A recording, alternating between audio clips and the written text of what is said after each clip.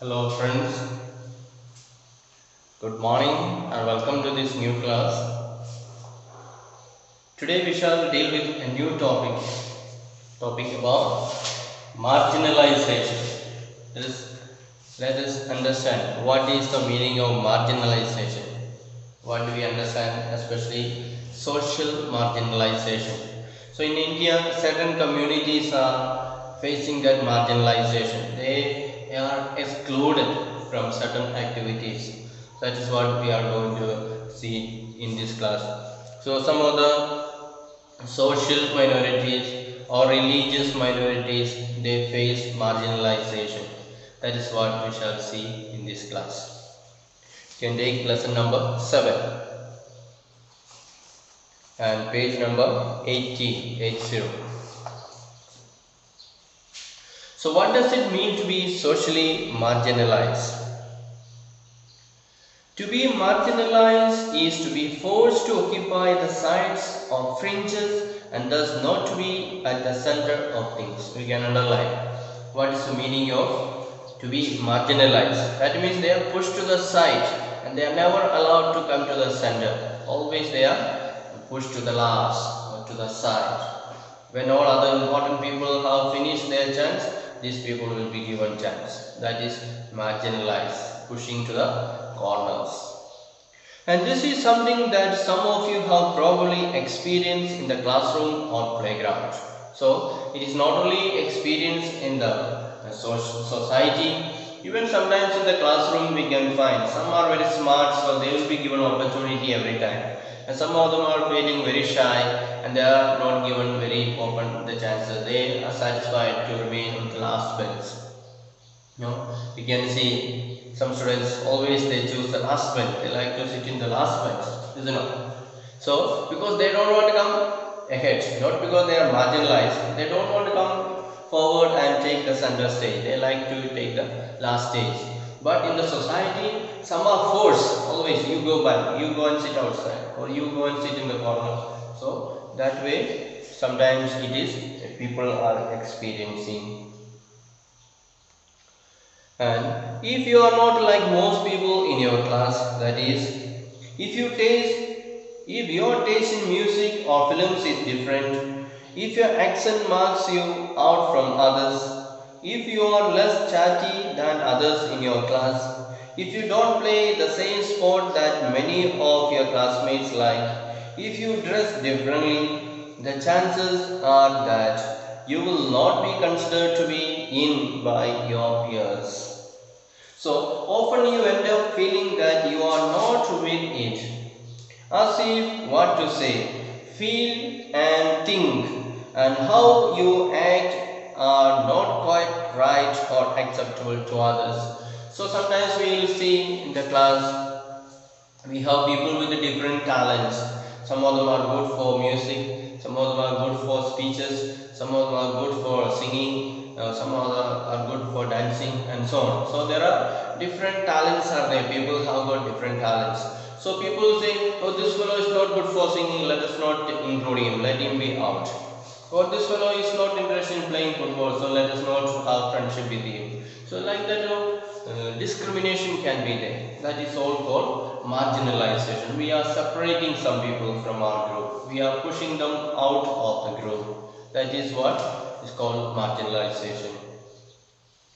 Then, as in the classroom, in the social environment too, groups of people or communities may have experience of being excluded. So just as in their own classrooms, you yourself will know, you don't have friendship with everyone equally, isn't it? Some of you are very close friends, some of them are little bit having friendship, some of them you don't talk at all maybe.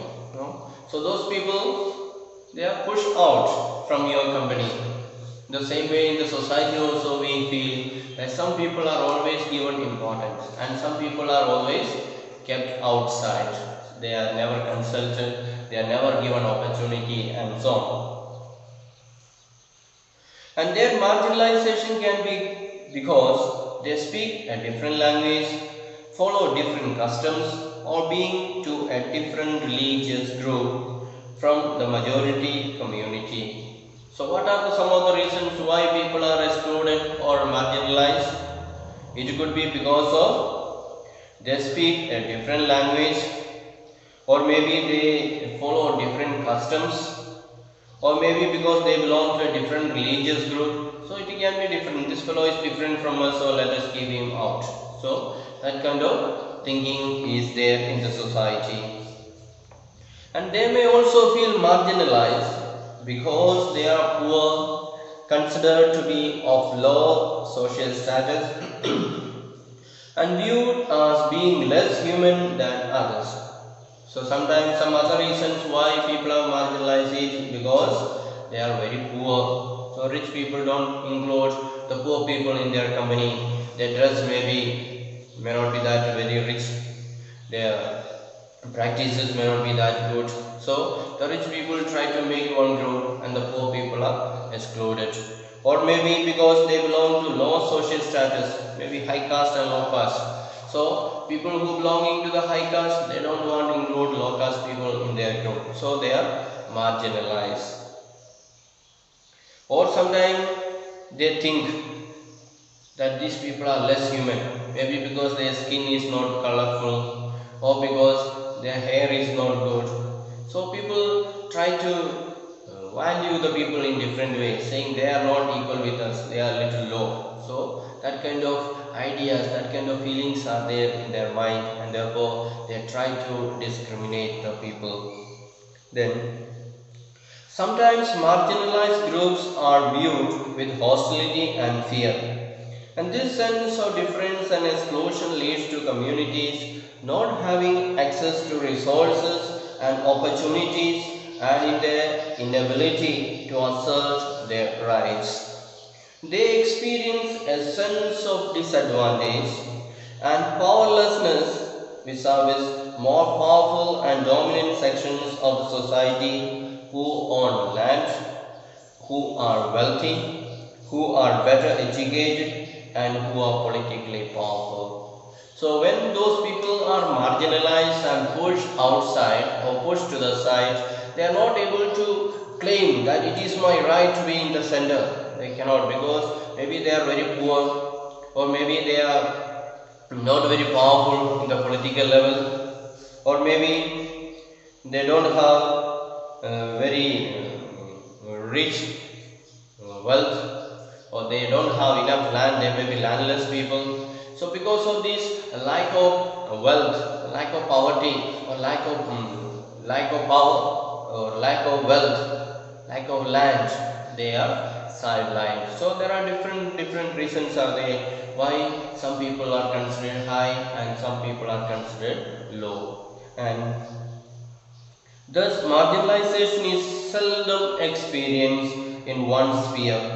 Economic, social, cultural, and political factors work together to make certain groups in society feel marginalized. Then, in this chapter, you will read about two communities that are considered to be socially marginalized in India today. So, in India, we have two communities. There are many, but we will be studying just two communities in this lesson who are marginalized. That is, one is the Adivasi groups, and second one is a religious minority, the Muslims. They are marginalized. So we will discuss in detail about these two groups, how they are marginalized, what is the reason why they are marginalized, and so on. So before that, we have a storyboard is there.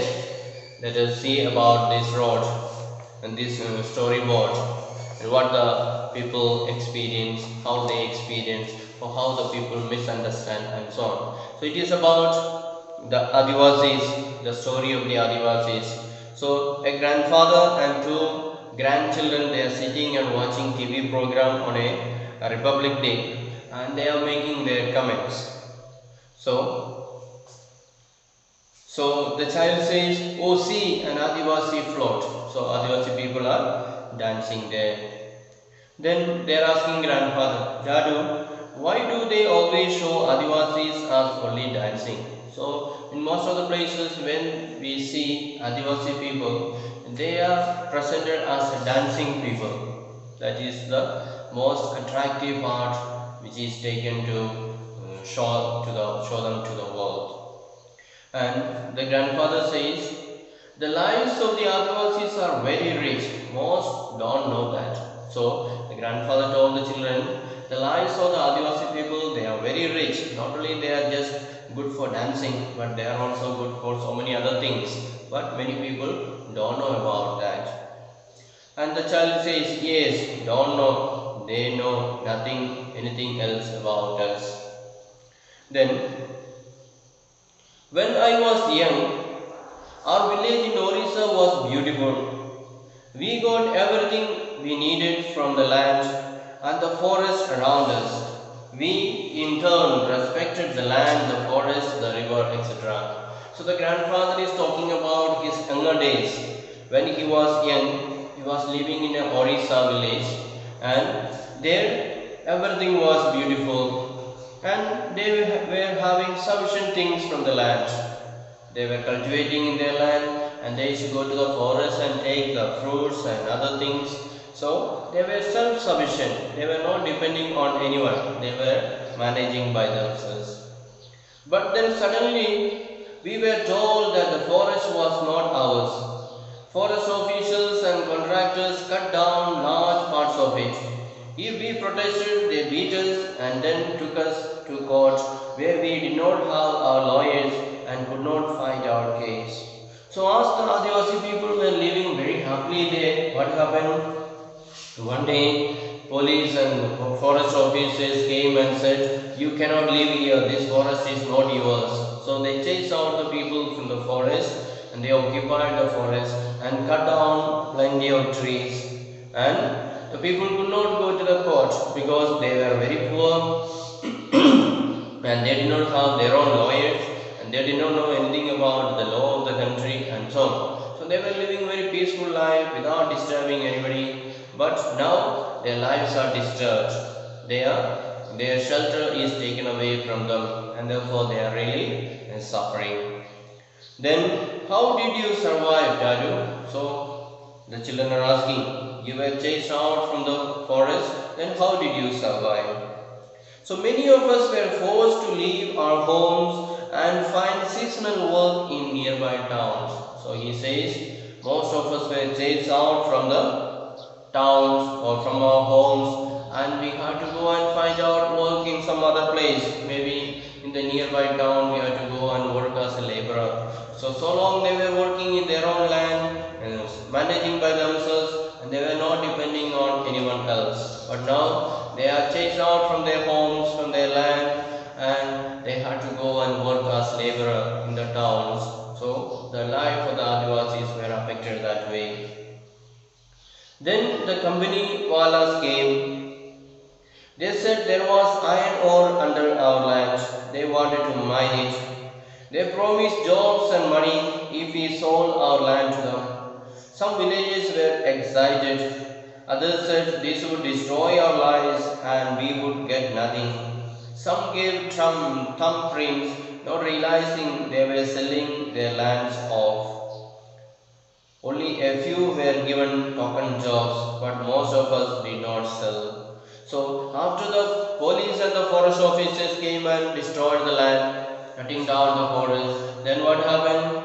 The company wallahs came, those who are owning the company, they came and said, under this land there is plenty of minerals are there. So we will mine it out. If you sell your land to us, we will give you job in our company, and we will give you money for your land, and we will give you a job and so on. So many people were very much excited. Oh, we are going to get money, we are going to get job. So they were ready to sell their land. So some people already sold their land. They did not know how to put signature, therefore they gave thumbprints.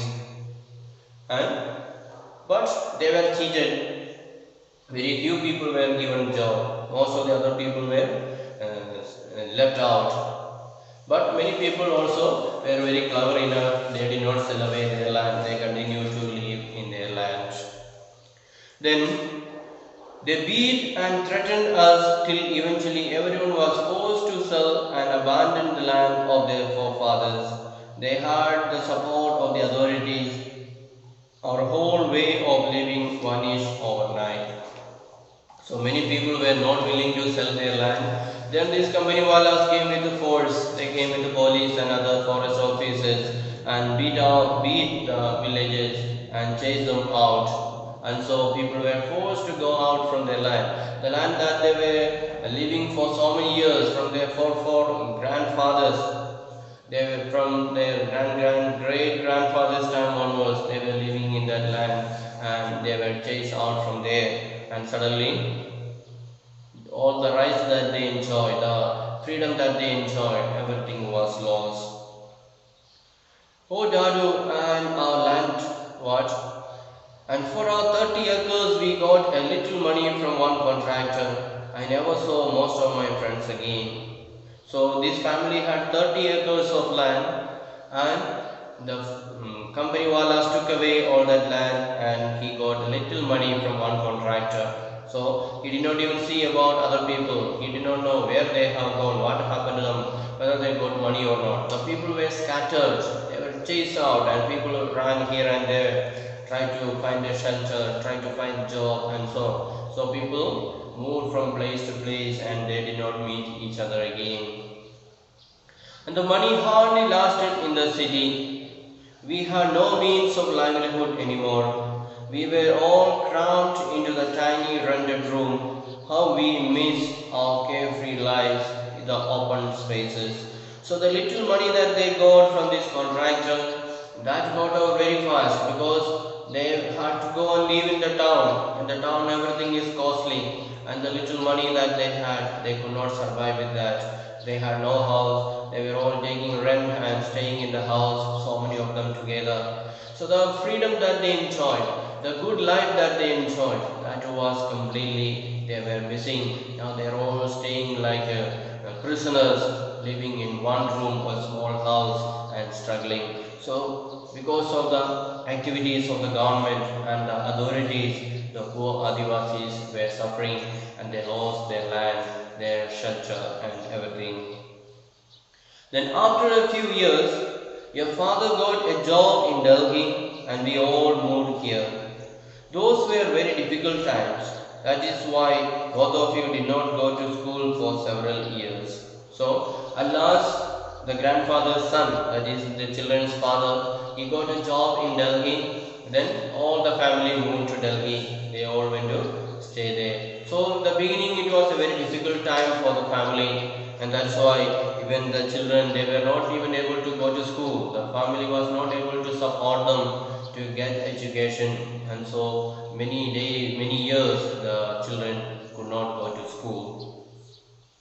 I hated going back to school. We had missed so much of our studies and other children made fun of us. We spoke Santali at home and did not know Hindi. And the children are telling how they felt in Delhi school, when they went to the school, how they were feeling. So for several years they did not go to school, therefore they could not learn as the other children have learned. Other children have got more knowledge because they studied more. And these children, they are studying after a gap of many years.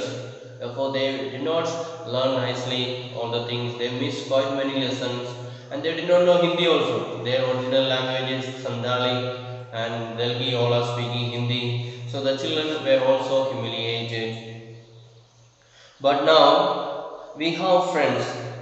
I can even speak some English now. So the children says, now after staying so many years in Delhi, I have learned the language and I can speak now English also and I have got some friends. So slowly they got more friends. I wish I could have shown my friends our village before it was destroyed. So the boy says, if I could call my friends from Delhi and tell them how our original village in Orissa looked so beautiful, so nice, but lucky it is already destroyed. You can still tell them about our village, it has a lot to teach them. And one day I will make a movie on this story, our story, the Adivasi story. And the girl says, today or one day we'll make a story, we'll make a movie, we'll make a film about our story, about the story of Adivasis, about the village story.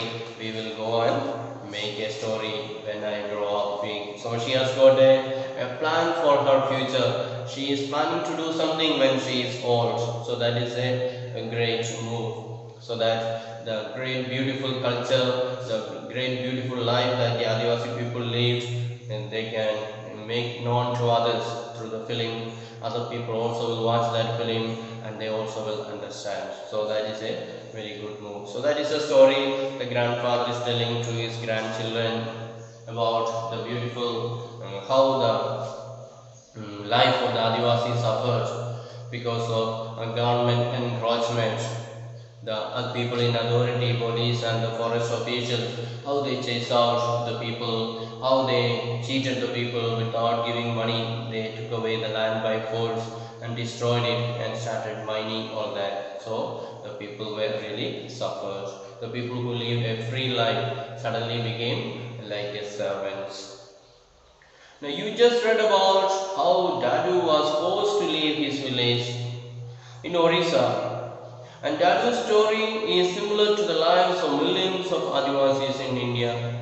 And you will read more about the marginalization of this community in this chapter. So, we are just talking about the example of one Adivasi family and how he faced marginalization, how others overpowered him, sent him out from his village and so on. And he is not the only one. There are many other people in India who suffered the same kind of problems, who were marginalized, whose rights were taken away from them and they were pushed to the corner. So we will see that type of many people in our country. So now let us come to that group of people. First let us see about the Adivasis, how they faced marginalization, how their lives were made to struggle and so on due to this marginalization, due to the influence of other communities and so on. So who are Adivasis? Adivasis, the term literally means original inhabitants. So you can underline what is the real meaning of Adivasis. The term literally means original inhabitants. So Adivasis are the original inhabitants of that area, of that land where they are living.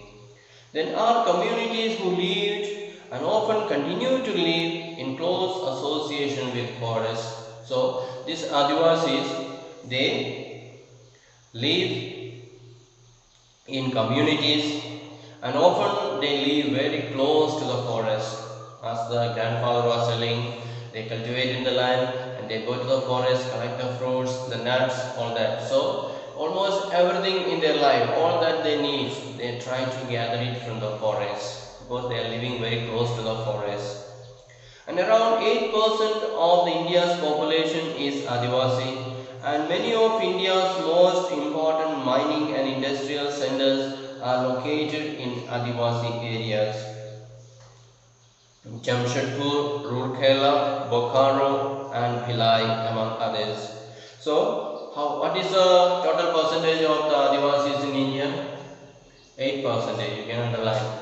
There are 8% of India's population is Adivasi, and in their place or in their land, the most of mining has taken place. So some of the areas very good for mining or where the minerals are there, they are Jamshedpur, Rourkela, Bokaro, Bhilai and so on. So these are some of the most important places where there is a lot of minerals are there and they are mined out. So these people are chased out from these places and they are turned out to be industrial places. They are turned out to be the places where the company can do mining and so on. Adivasis are not a homogeneous population. Homogeneous means similar kinds. So all the Adivasis are not same. They have got different languages, different cultures and so on. So they are not homogeneous. Not all the Adivasis in India are not same. There are over 500 different Adivasi groups in India. So there are almost 500 Adivasi groups, Adivasi tribes are there. And Adivasis are particularly numerous in states like Chhattisgarh, Jharkhand, Madhya Pradesh, Odisha, Gujarat, Maharashtra, Rajasthan, Andhra Pradesh, West Bengal, and northeastern states of Arunachal Pradesh, Assam, Manipur, Meghalaya, Mizoram, Nagaland, and Tripura. So these are the places where Adivasis are living. So here Adivasis means the tribals are also included. So according to the term, the meaning of the term, all the tribal people are in general considered as Adivasis. So these are the people, these are most of the states in India, there are tribals are there. A state like Orissa is home to more than 60 different tribal groups. If you go to Orissa alone, you will find there are more than 60 different tribal groups are there. Adivasi groups are there. And Adivasi societies are also most distinctive because there is often very little hierarchy among them. So, what is one of the advantages or speciality of this Adivasi community is that they are most distinctive because there is no hierarchy among them. So, hierarchy means position, president, vice president, secretary. That is called hierarchy. There is higher authority, then little lower authority, again another authority. So in Adivasi that system is not there. This makes them radically different from communities organized around principles of Jati Varna or caste, or those that were ruled by the kings. So other communities or other groups of people, there is this hierarchy is there. The king is there, the ministry is there, the soldier is there. So a lot of divisions are there. Step by step the power is increasing, and on top the king or the highest ruler will be there. But in Adivasi society you will not find that. That's why they are different from other groups.